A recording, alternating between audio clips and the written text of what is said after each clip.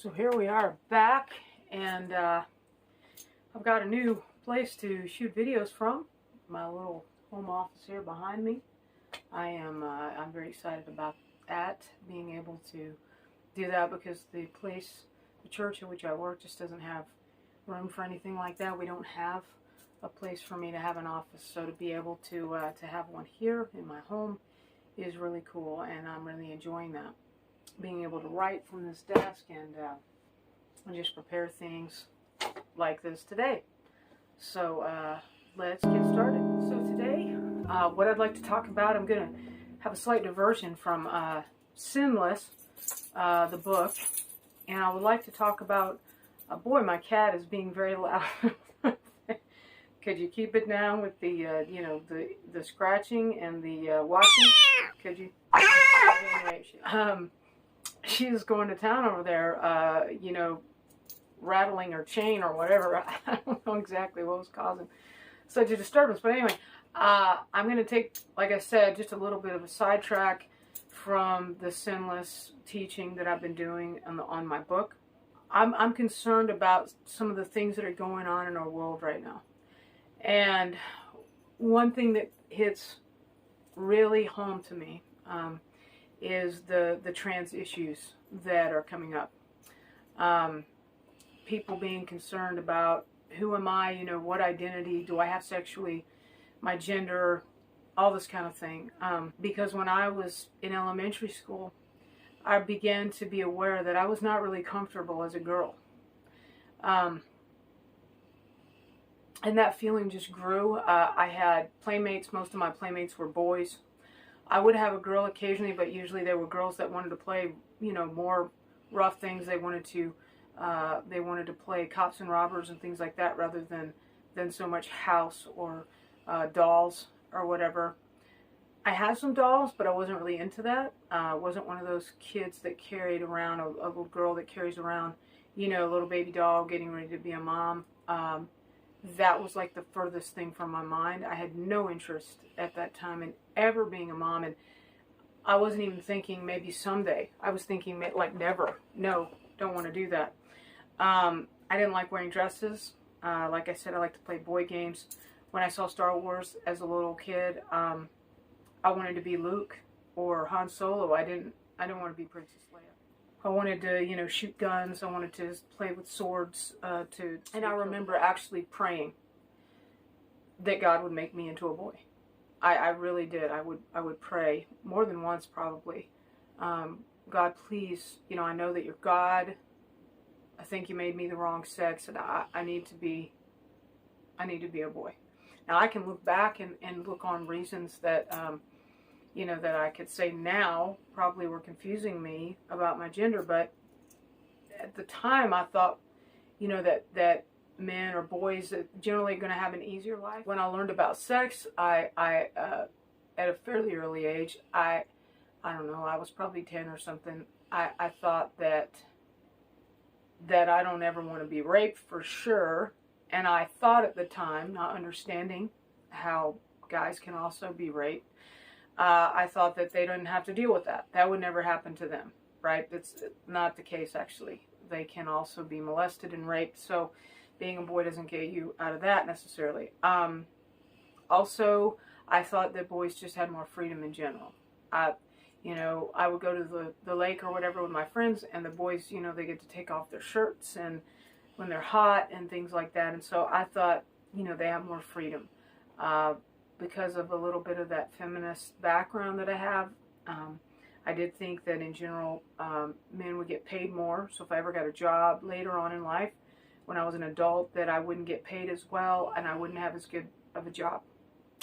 And I've since found out that, yes, sure, there are times when women do not get equal pay for the same work. But what I found is more often that a lot of times women don't want to do the same work, not necessarily the same job, but they don't necessarily want to work the same hours as their male counterparts. Why? Because they're wimps? No, because they have other things they want to do. Like, for instance, having children. There are very few men that are going to stay out of work to have a baby, right? That's just, sorry, but men don't have babies Hope you can agree with me on that. And so, and so women will do things like that in their lives. They will make different relational choices that affect their jobs. And so that is part of the reason that overall when they make the stats about work and how much people get paid, that factors in. So again, it's not everything. Do women get biased against? Of course. You know, I mean, just like racially, people are not always hired because of their race, and that's not a good thing either. But, and again, lastly, as I just said, you know, men don't get pregnant. Boys don't have babies. And so I thought that would be easier because I didn't ever want to be pregnant. Like, I couldn't even imagine, because everybody that I knew that got pregnant, that I had ever met, it seemed, was always puking like that. And no way. You know, like, I've talked maybe a little bit about that. I'm not sure if I have, about my fear of throwing up and how that was a big factor in my anorexia at first, and me getting into that, not wanting to eat. So, yeah, I was really mortified about throwing up. I really wanted to stay away from that. In addition, I had unfortunate input from people that, you know, probably weren't the healthiest. I probably shouldn't have been listening to them. But, you know, you're young. You don't know. You don't know anything. Put a cement block out in the middle of the road. You angle a piece of wood up to it. And the object was for one kid to get on his bike, ride as fast as he could, and see how high he could go. And that's as far as we planned. It wasn't until the first kid was like flipping in the air. What happens now? We don't know. He hit a mailbox. We had a bunch of 9-year-old paramedics running up. We didn't know what to do. We get up there. Get some leaves. And I had a girlfriend who was raped by her boyfriend. And so, you know, here I am, young, and she's a couple years older than me, and she's telling me, hey, you know, boys are no good. They're just going to use you. They're gonna abuse you. They're going to hurt you. And so I started developing this idea that guys are just basically going to take advantage of me. Now, my own dad, was not like that at all. In fact, my dad was very loving, in a healthy way, good touching, positive touching. I didn't have a good relationship with my mom back then. I do now. God has healed our relationship, and we have a wonderful relationship now. But I didn't have a good relationship with my mother when I was young, and so I did not want to be like her. And of course, she was a woman, so that was another issue going on. I wanted to be like my dad. Now, I was not aware of this. This was not something that I was conscious of, right? Because you're a little kid running around playing. You're not thinking, I want to be like my dad, not my mom. You don't think that through. But that was one of the ways that I can say now, I can look back. I learned to play basketball like my dad. My dad taught me how to play guitar. I wanted to do things that a lot of time we associate with guys. I wanted to do those things. I didn't want to do feminine things. Like my mom knitted and crocheted and stuff like that, which, hey, there's nothing wrong with men doing that, right? But I didn't want to do it because, I don't know, I just associated it with my mother, I guess. In my confusion, in my real gender identity crisis, the solution for me, it was not for me to change who I was. It was not for God to answer those prayers that I asked, please make me into a boy, all right? What I really needed, I didn't need to have my wishes granted that I thought were good wishes back then and become a boy. What I needed is to be understanding who I was, and to understand how to enjoy that, how to be grateful for it, and how to thrive in being a girl, okay? And why I didn't want to be, you know, what I was at birth.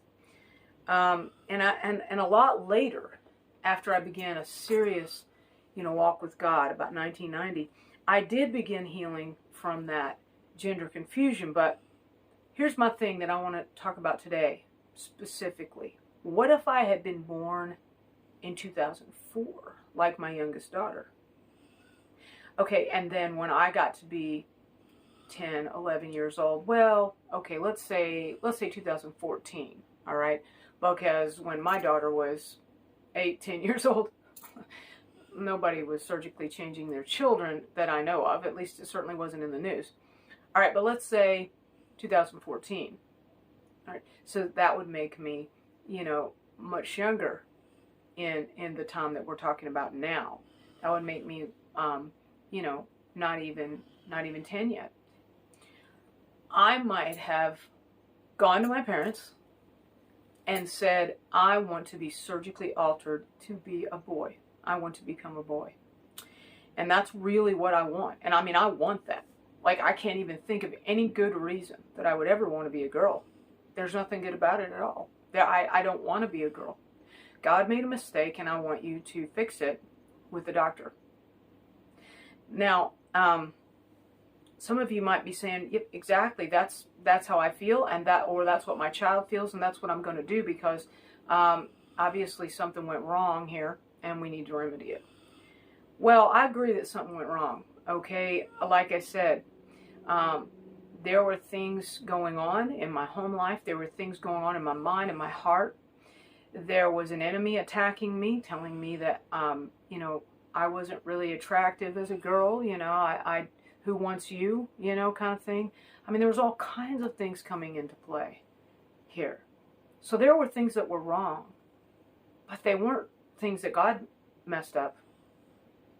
They were things that the world messed up. They were things that I didn't understand. There were things that people around me maybe shouldn't have done or given me. But the basic person that I was, that God had made from the beginning, was not a mistake. And I'm so glad, let me tell you, cannot be more glad that I'm a woman today. Not any problems at all being happy about that. Trust me, I have cried tears of joy, thanking God that kind of life-altering surgery was not available to me when I was young. Because I can't imagine how traumatic that would have been. Not only physically, what it would have done to me, I don't want to imagine, don't want to go there, don't even want to think about what could have happened to me. Okay? I've been watching in the news and in different shows on YouTube, so forth. There's a man named Scott Nugent. Now, this was a girl, so this is technically a woman, but he's going as Scott Nugent. He's going as a man. He's testified multiple times that he has terrible physical problems due to his sex change operations, which, by the way, he did not make until he was an adult. So, at least, okay, he was somewhat informed. Now, he's saying not even adults are really being informed well about the things that can go wrong. And it's such a new thing that you can get, your doctors can even abandon you. And what are you going to do? I mean, you can sue, I guess, but it's a new field. There's not a lot of experience. There's not a lot of history. And so, but he's very upset about this. And he's horrified at the idea that we would do this with children. And he has been interviewed on all kinds of YouTube channels, even Christian ones. And he's not a Christian by any means. He will tell you he has no interest in being a Christian. But he's vehemently against allowing any child to make that choice. He's got enough problems, okay? Having made that decision as a man or as a woman, whatever the case you want to look at it. The negative outcomes he's dealing with are not isolated. Okay, a lot of people have been told, young people included, especially in high schools these days, you're depressed, you think you're the wrong sex, whatever. Okay, all you need is this surgery. This is going to fix it. The hormone therapy and all that, that's going to fix your problems. No, wrong. Lots of these children and teens end up, well, we don't have lots of children yet, okay, but many teens who have done this have so regretted it, and they have become more depressed, suicidal, and even taken their own lives.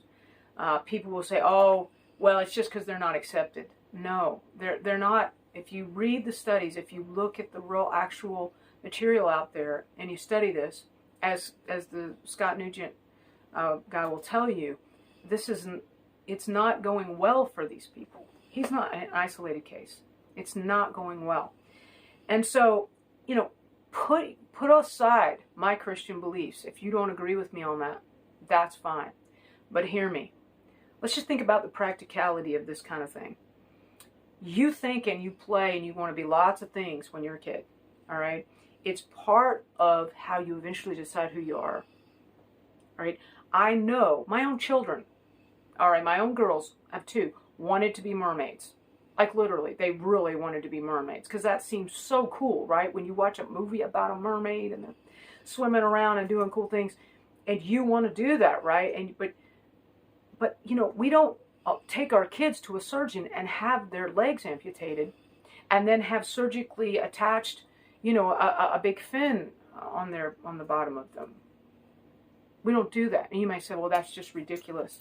Nobody is even discussing that. No. There are actual people, and I'll provide a link to where you can see this phenomenon. There are actual people now who are wanting, adults and children, although children have been doing this, but adults even, who are wanting to become different species. And they're including that under the trans moniker, like the LGBTQ, and queer is including also animal people, or I may be saying that wrong, and I do apologize if I am. I'm not trying to be disrespectful. I'm just saying that people that are they're wanting to become wolves or cats or something like that, and they're not only maybe using makeup and things like that or changing their hair, but they're actually trying to be surgically altered to look like animals. Okay, that's not okay. All right, look, you can say each to his own. Okay. And if an adult wants to make that decision, a fully informed decision, even also noting what's going to happen to their bodies if something goes wrong, all right, fully informed like we do all surgeries, and they sign the dotted line. All right, I guess, you know, I feel sorry for them because God didn't make them a cat for a reason, or a wolf, or whatever the case may be. All right, children play fantasy. That's why they want to be mermaids. That's why they want to be kittens or whatever. You know, I did this. We all do this. I want to be a princess. Well, that's not something you have to necessarily surgically alter. You could, I guess, you know, I don't know. You'd have to marry someone in royalty eventually. But the point is, gender and sex are not fantasy. All right? They're very real roles, God-given, that we need to grapple with and have time to figure out with ourselves, you know, and with God. I'm not putting people down for struggling with it. I struggled with it in a very real way. Even into adulthood, I still wasn't really comfortable. I was married. I had children. And I still wasn't really comfortable wearing a dress. And it had nothing to do with, I just don't like dresses. No, there was something going on psychologically that was making me feel vulnerable and uncomfortable in a dress. I didn't really, there was part of me that wanted to look attractive and pretty, but there was another part of me that was very threatened by that. And that wasn't God-given. That wasn't who I was. It was a problem. And I wanted to work that out. And God is working that out in me. And He's working out amazing ways. I own more dresses now than I ever have. And when I was a kid, I had to wear them to church every week, and I hated it. Hated it. Couldn't wait to take that thing off as soon as I got home. Didn't feel like home to me. It felt like a prison that I was in, having to wear those things. But I don't feel like that anymore. And that's because of the transforming work of the Holy Spirit, the transforming work of Jesus in my life, to understand who I am and to be grateful for it. But see, if we go and allow a child to think there's something else, or worse, allow them to surgically alter forevermore their bodies, because it's going to be very hard, according to the people that I've read, especially Scott, there as a major case in point, to reverse that. It can happen in some cases, depends on what you do, but it's pretty bad. It's pretty damaging, the kind of things that they're doing to try to change the sexes. Okay, it's not natural, and it's not what we need to do. And so when we go against that, it causes all kinds of other problems, physically and otherwise, mentally and so forth. So to conclude, like I said, I'm happy being a girl. I really am. I'm so grateful that I never had the choice to make such a terrible decision as that, to alter myself in that way that I couldn't come back from.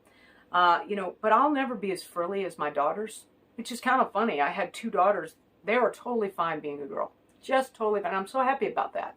I guess the environment that I provided them, wanting so much for them to be comfortable with themselves, worked. Because I never pushed, oh, you've got to be frilly or this or that. You've got to want to be a ballerina. No, I didn't push that on them, and I didn't withdraw from them on that. I didn't try to keep it from them. But that's where they went. They just went there, and good for them. I won't be frilly like that probably. I never really wanted to be a ballerina, and I probably never will. It's not a secret hope I have. I don't love hot pink, and that's okay. I'm still a girl. I still love being a girl. It's okay. There are different types of girls or different types of women. Everybody's not the same. All women are not in one box. One size fits all, right? We have different desires, likes, and tastes, and that's fine. But thank goodness, thank God, I have come to understand that being a woman is a beautiful thing. And it's a powerful thing. The fact that I am not as physically strong as most men does not make me weak and useless. Okay, there's lots of things that I can do, even physically. And I love being soft and feminine. That's a power that I have. Strangely enough, it may sound odd to you, especially if you're a young girl grappling with this. Femininity is a beautiful thing for girls. And masculinity is also a wonderful thing for boys and for men. In this fallen world, vulnerability can always be scary, right? I could still be raped. That's not a thing that I want to happen, obviously. But having been sexually harassed multiple times in the workplace, and I mean physically and verbally, okay? I mean, your hair is pretty or something. That's not what I'm talking about. I'm talking about, oh my goodness, nasty, filthy language directed at me about me being a woman and what they would like to do about that, okay?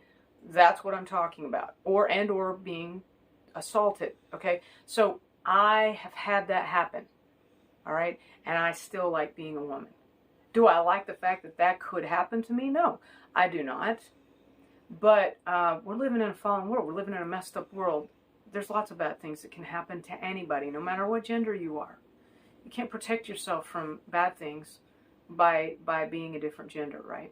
And I am, again, so grateful to be who I am and to enjoy that, to learn what it means to be a woman and to be grateful for it and to embrace it and to rejoice in what God is doing and has done in me.